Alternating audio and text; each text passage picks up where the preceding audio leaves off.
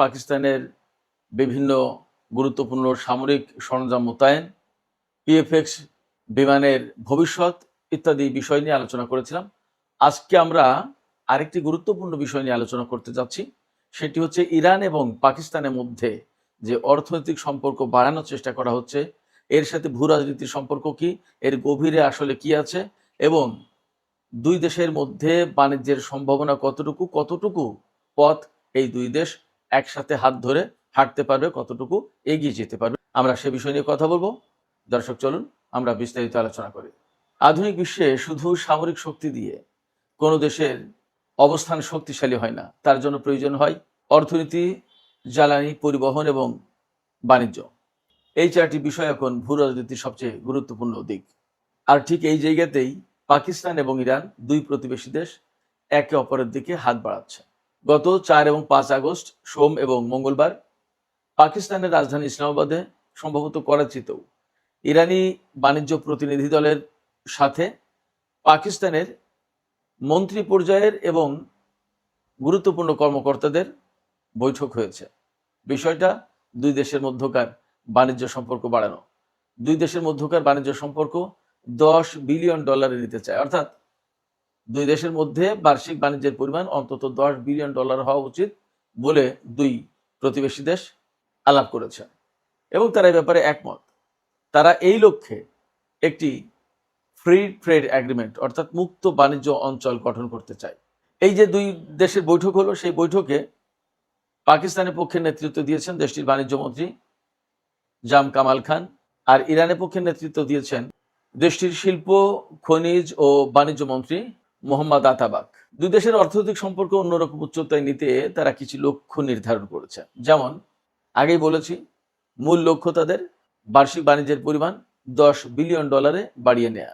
আপনারা ভাবুন, দুই দেশের মধ্যে এখন যে বাণিজ্য হয়, আরো বেশ কিছু আগে সম্ভবত দুই দেশের মধ্যে বার্ষিক বাণিজ্যের পরিমাণ ছিল $1.5 বিলিয়ন, অথচ তারা এখন সেটা $10 বিলিয়ন নিতে চাইছে, তার মানে কয়েক গুণ বাড়াতে চাইছে। আর এখানেই বিষয়টি সবচেয়ে গুরুত্বপূর্ণ হয়ে উঠছে। আমি একটু আগেই বলেছি, দুই দেশ শুধুমাত্র $10 বিলিয়ন বাণিজ্য লক্ষ্যমাত্রায় নির্ধারণ করেনি, বরং দুই দেশের মধ্যে একটি ফ্রি ট্রেড এগ্রিমেন্ট, মুক্ত বাণিজ্য চুক্তি এবং মুক্ত বাণিজ্য এলাকাও গঠন করতে চায়। মুক্ত বাণিজ্য চুক্তি কেন গুরুত্বপূর্ণ? এই ধরনের চুক্তি যদি হয়, তাহলে অনেকগুলো পণ্যের উপর শুল্ক কমে যেতে পারে, সীমান্তে পণ্য বেশি দিন আটকে থাকবে না, এবং দুই দেশের ব্যবসায়ীরাই দুই দেশের বাজারে অনেক সহজে প্রবেশ করতে পারবে। এর ফলে শুধু দুই দেশের বড় বড় কোম্পানি নয়, সীমান্ত অঞ্চলের ছোট ব্যবসায়ীরাও আর্থিকভাবে বা ব্যবসায়িক দিক দিয়ে লাভবান হবেন। হঠাৎ করে কেন দুই দেশ এত সিরিয়াস হয়ে উঠলো নিজেদের ভেতরে বাণিজ্যের পরিমাণ বাড়ানোর ব্যাপারে?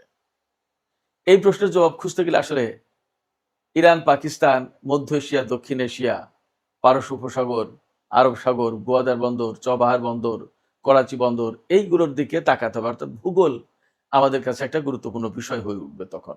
ইরান হচ্ছে মধ্য এশিয়া এবং ককেশাস অঞ্চলে প্রবেশের দরজা, আর পাকিস্তান হচ্ছে দক্ষিণ এশিয়ায় প্রবেশের দরজা। পাকিস্তানের হাতে রয়েছে চীনের সহযোগিতায় নির্মিত গোয়াদার বন্দর, এছাড়া আছে করাচি বন্দর, আরব সাগরের বিস্তীর্ণ অঞ্চল, আর ইরানের হাতে রয়েছে বিরাট বিশাল জ্বালানি সম্পদ। একই সাথে ইরানের হাতে রয়েছে প্রচুর পরিমাণে ইস্পাতের কারখানা, ইস্পাত শিল্প, বিরাট শিল্প। এই দুই শক্তি অর্থাৎ ইরান এবং পাকিস্তান, তারা যদি একসঙ্গে অর্থনৈতিক কর্মকাণ্ড পরিচালনা করে, এই যে মুক্ত বাণিজ্য এলাকা প্রতিষ্ঠা করে তারা যদি বাণিজ্যের পরিমাণ বাড়ায়, তাহলে এই অঞ্চল অর্থাৎ পাকিস্তান, ইরান, মধ্য এশিয়ার দ্বার প্রান্ত, দক্ষিণ এশিয়ার শুরুর দিকটা, এই যে বিশাল একটা অঞ্চল, এই অঞ্চলে বাণিজ্যের চিত্র কিন্তু পাল্টে যেতে পারে, সাথে সাথে অর্থনৈতিক সমীকরণ পাল্টে যাবে। ইসলামাবাদ বৈঠকের সময় ইরানের বাণিজ্য মন্ত্রী মোহাম্মদ আতাবাক, তিনি বলেছেন যে পাকিস্তানের যে গোয়াদার বন্দর এবং করাচি বন্দর, এই দুটো বন্দর ব্যবহার করে ইরান লাভবান হতে পারে। এখানে প্রশ্ন উঠতে পারে যে ইরানেরই তো পারস্য উপসাগরে এবং ওমান উপসাগরের কূলে চবাহার বন্দর, এ সমস্ত বন্দর রয়েছে, বড় বড় বন্দর, তারপরে আবার কেন পাকিস্তানের বন্দর প্রয়োজন? এখানেই গুরুত্বপূর্ণ বিষয়, এবং এর জবাব আসলে কৌশলগত।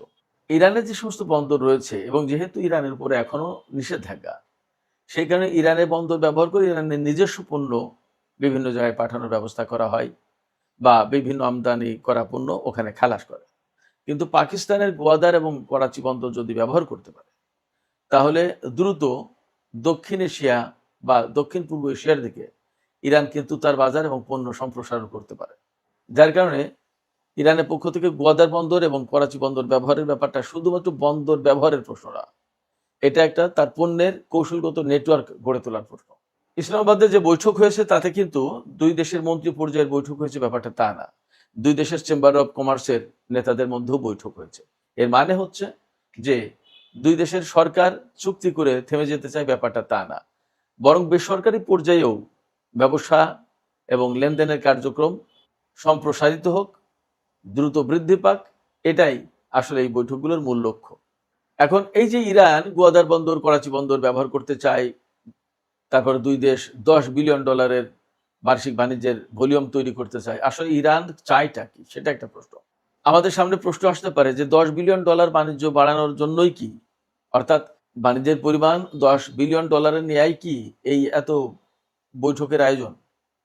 ব্যাপারটা আসলে শুধু সেখানে নয়, এর পেছনে রয়েছে আরো অনেক বড় অর্থনৈতিক এবং ভূ রাজনৈতিক পরিকল্পনা, হিসাব বিকাশ।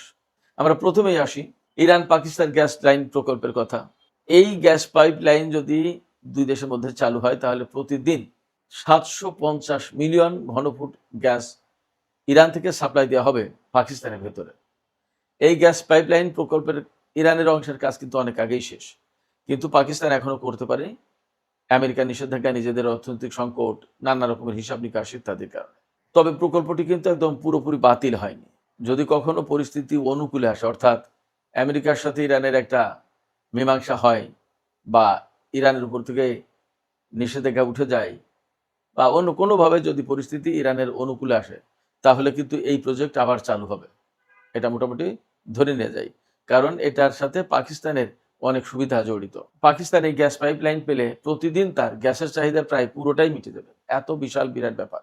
এবং তার এই জ্বালানি চাহিদা মিটলে তার শিল্প, তার অনেক কিছু সহজ হয়ে যাবে, এবং পাকিস্তানের জাতীয় অর্থনীতিতে সামগ্রিকভাবে একটা ইতিবাচক প্রভাব পড়বে, ইতিবাচক পরিবর্তন আসবে। এবার আসি করাচি এবং গোয়াদার বন্দর প্রসঙ্গে।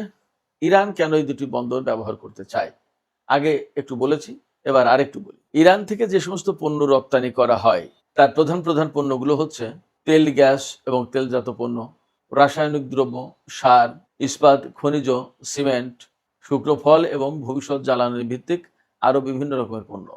অন্যদিকে পাকিস্তান রপ্তানি করতে পারে চাল, টেক্সটাইল, পোশাক, সার্জিক্যাল যন্ত্রপাতি, চামড়াজাত পণ্য, খেলাধুলার সামগ্রী। অর্থাৎ দুই দেশের রপ্তানি কাঠামো যেটা, তা অনেকটা একে অপরের পরিপূরক, বেশিরভাগ ক্ষেত্রেই প্রতিদ্বন্দ্বিতা করবে না। অর্থাৎ ইরানেরও যা আছে পাকিস্তানেরও তা আছে, ব্যাপারটা কিন্তু এমন না। অনেকটা এরকম যে ইরানের যা নেই পাকিস্তানে তা আছে, আর পাকিস্তানের যা নেই ইরানের তা আছে। সেক্ষেত্রে লেনদেনটা খুব স্মুথলি চলতে পারে, এখানে প্রতিদ্বন্দ্বিতা প্রতিযোগিতার সম্ভাবনা খুব কম। তবে ইরান যে সমস্ত পণ্য রপ্তানি করবে পাকিস্তান হয়ে, সেই পণ্যগুলো আসলে পাকিস্তানে বেশি একটা বিক্রি করতে চায় না, এটা পাকিস্তানের বন্দর ব্যবহার করে বাইরের দেশে পাঠাতে চায় ইরান। যেমন দক্ষিণ এশিয়ার দেশগুলো, আফ্রিকার দেশ, আরব সাগর হয়ে আফ্রিকার দেশগুলো, দক্ষিণ পূর্ব এশিয়া, এবং ভবিষ্যতে চীনের পশ্চিম অঞ্চলের কিছু বাজারেও ইরানের সংযোগ আরো সহজ হতে পারে। অন্যদিকে পাকিস্তানও ইরানের বন্দর এবং স্থল পথ ব্যবহার করে বিশেষ করে মধ্য এশিয়ায় প্রবেশ করার সুযোগ পেতে চায়। এবার আসি গোয়াদার বন্দরের কথায়। অনেকেই এটাকে শুধু বন্দর হিসেবে কল্পনা করেন, কিন্তু বাস্তবতা হচ্ছে এটি শুধু বন্দর নয়, কিন্তু বাস্তবে এটি চীন পাকিস্তান অর্থনৈতিক করিডোরের গুরুত্বপূর্ণ অংশ। চীনের দীর্ঘমেয়াদী পরিকল্পনা হচ্ছে যে গোয়াদার বন্দরকে একটা আন্তর্জাতিক মানের বাণিজ্য ও লজিস্টিক হাবে পরিণত করতে চায়। এখন যদি ইরান এই জায়গায় যুক্ত হয়, তাহলে কিন্তু এই গোয়াদার বন্দর চীন আর পাকিস্তানের ভেতরকার কোনো বিষয়বস্তু থাকে না। তখন এটা হয়ে ওঠে চীন, পাকিস্তান, ইরান, উপসাগরীয় অঞ্চল এবং দক্ষিণ এশিয়ার এক বৃহৎ বাণিজ্য ব্যবস্থার অংশ। এই কারণে ইসলামাবাদে যে বৈঠক হলো ইরান এবং পাকিস্তানের ভেতরে, এই বৈঠককে শুধুমাত্র বাণিজ্যের বৈঠক হিসেবে দেখছে না, বিশেষজ্ঞরা অনেকেই মনে করছেন যে এই বৈঠকটা ভবিষ্যতের আঞ্চলিক অর্থনৈতিক সমীকরণের একটা সূচনা হতে পারে। অর্থাৎ এই বৈঠকটা আঞ্চলিক অর্থনৈতিক সমীকরণের একটা শুরু হতে পারে, শুরুর অর্থাৎ আরম্ভের দিকটা যেখান থেকে শুরু হয়। এখানে একটা গুরুত্বপূর্ণ প্রশ্ন আসে যে দুই দেশের অর্থাৎ ইরান এবং পাকিস্তানের মধ্যে যদি $10 বিলিয়ন বাণিজ্যের পরিমাণ বৃদ্ধি পায়, অর্থাৎ এই ভলিউমের বাণিজ্য হয়, তাহলে বেশি লাভবান হবে কে, ইরান নাকি পাকিস্তান? আমরা এই অর্থনীতির হিসাব নিকাশটুকু বোঝার চেষ্টা করি। এই প্রশ্নের আসলে একদম সরাসরি জবাব দেওয়া কঠিন, কারণ এটা পাকিস্তান অর্ধেক ইরান অর্ধেক এমন কোনো চুক্তি নয়। এখানে কে কতটা পণ্য দিতে পারবে এবং কার কতটুকু সক্ষমতা